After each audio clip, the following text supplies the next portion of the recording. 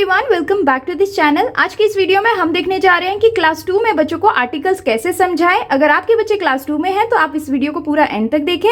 Video अगर आपको अच्छा लगे, हेल्पफुल लगे तो प्लीज वीडियो को लाइक करें। चैनल पे अगर आप नए हैं तो सब्सक्राइब करके वीडियो अदर पेरेंट्स के साथ शेयर जरूर करें। बच्चे जब क्लास 2 में आते हैं तो बच्चों को आर्टिकल्स इंग्लिश ग्रामर में इंट्रोड्यूस किया जाता है। आर्टिकल्स के अंदर बच्चों को 3 चीजें सिखाई जाती हैं, ए, एन और द का यूज हम कैसे करते हैं।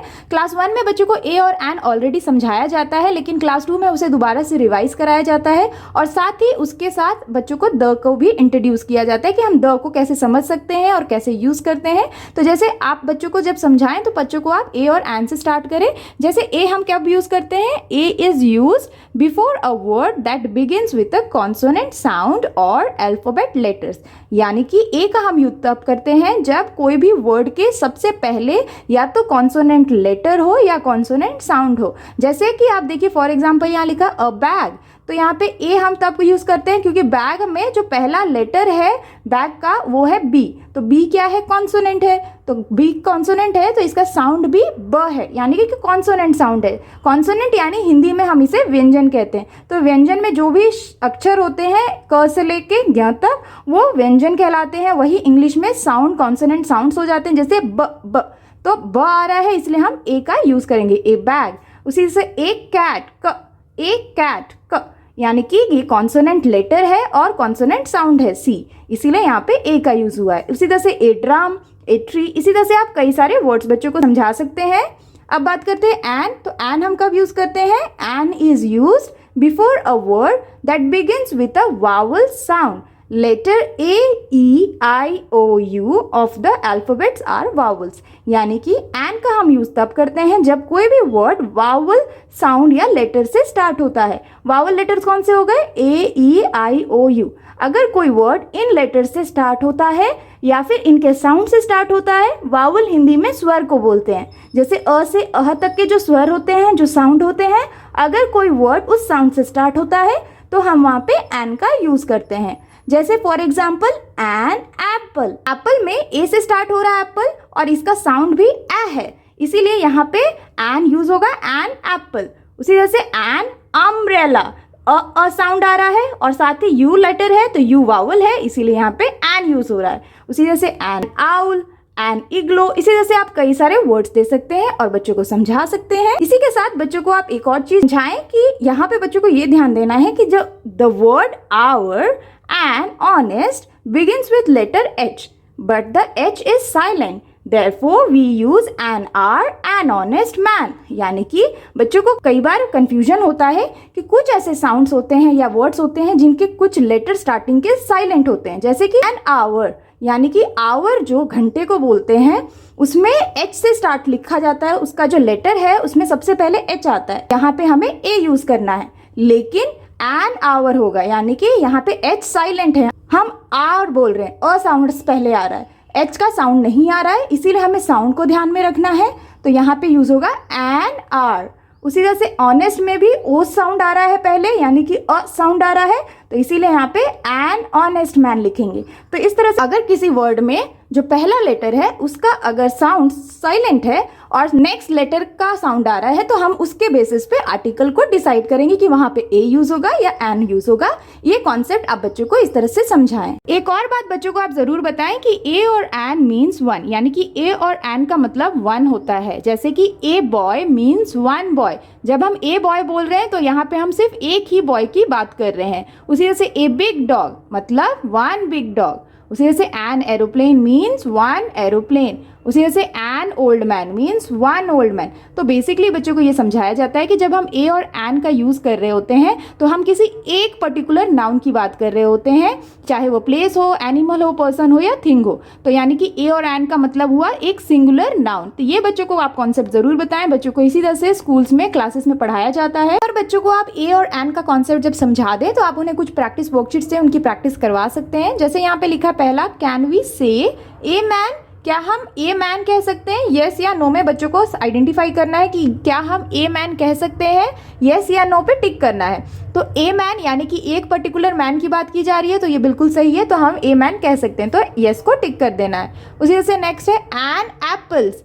अब यहाँ पे बच्चों को ध्यान देना है कि यहाँ पे एन एप्पल्स, एन का मतलब क्या होता है? एक, और लेकिन यहाँ पे क्या बोला जा रहा है? एप्पल्स, यानी कि यहाँ पे प्लूरल नाउन की बात की जा रही है, तो यहाँ पे एन एप्पल्स नहीं होगा, एन एप्पल होगा, तो ये गलत है, इसीलिए यहाँ पे नो को टिक करना है।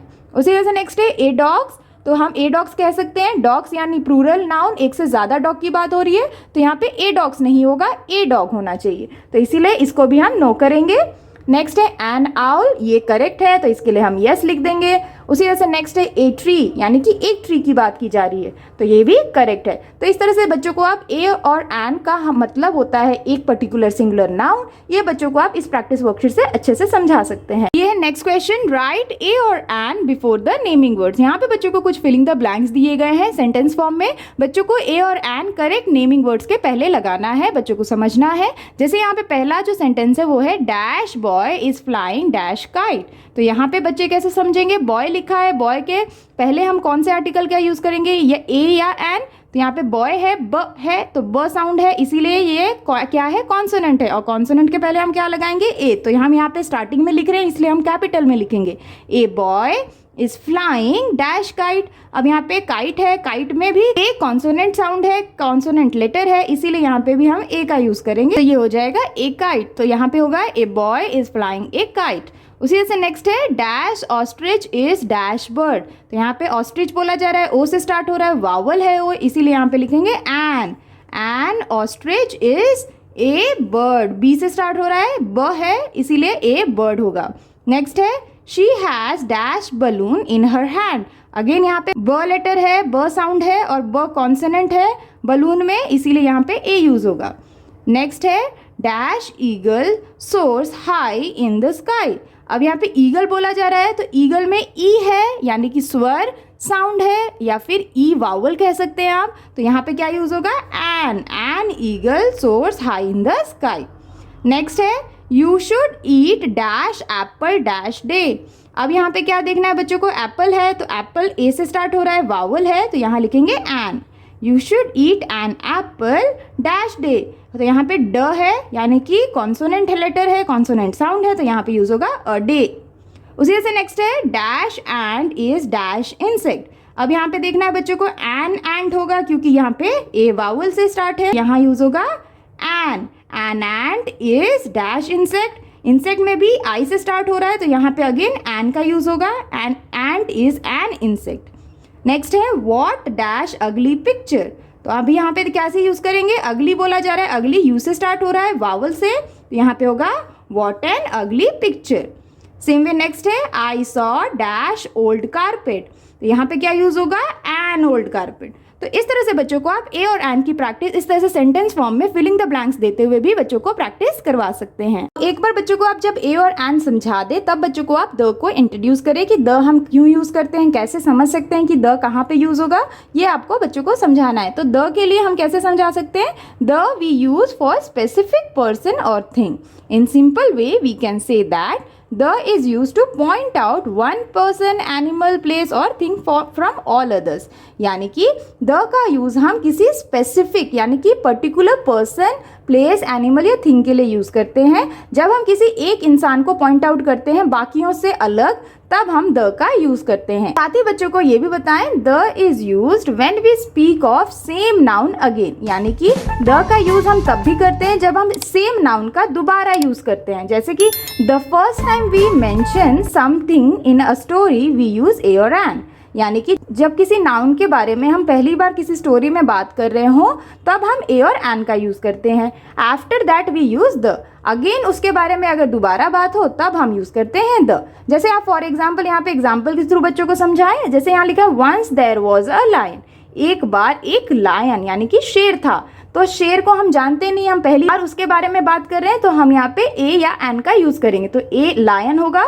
अब अगेन नेक्स्ट सेंटेंस में अगेन द लायन बोला जा रहा है, क्योंकि हम उस शेर के बारे में ऑलरेडी बात कर चुके हैं और दोबारा कर रहे हैं उसी के बारे में, तो तो यहाँ पे यूज होगा द लायन, ए लायन नहीं होगा, the lion. The lion was very hungry. साथ ही बच्चों को ये भी बताएं the is used when noun is unique और वन ऑफ इट्स काइंड, यानी कि द का यूज हम तब भी करते हैं जब किसी नाउन के बारे में बात करें जो कि यूनिक है या फिर जो अपने जैसा सिर्फ एक ही है, वन ऑफ इट्स काइंड है। जैसे फॉर एग्जाम्पल द सन, सन क्या है, सन पूरी दुनिया में एक ही है, तो ये यूनिक थिंग हो गया, इसीलिए हम यहाँ पे द सन बोलेंगे। उसी तरह से मून भी यूनिक है, तो यहाँ पे द मून बोलेंगे, द अर्थ बोलेंगे। इसी तरह से ऐसा कोई चीज जो अपने में सिर्फ अकेला यूनिक चीज हो या फिर अपने जैसा सिर्फ एक ही चीज हो, उसके लिए हम द का यूज करते हैं।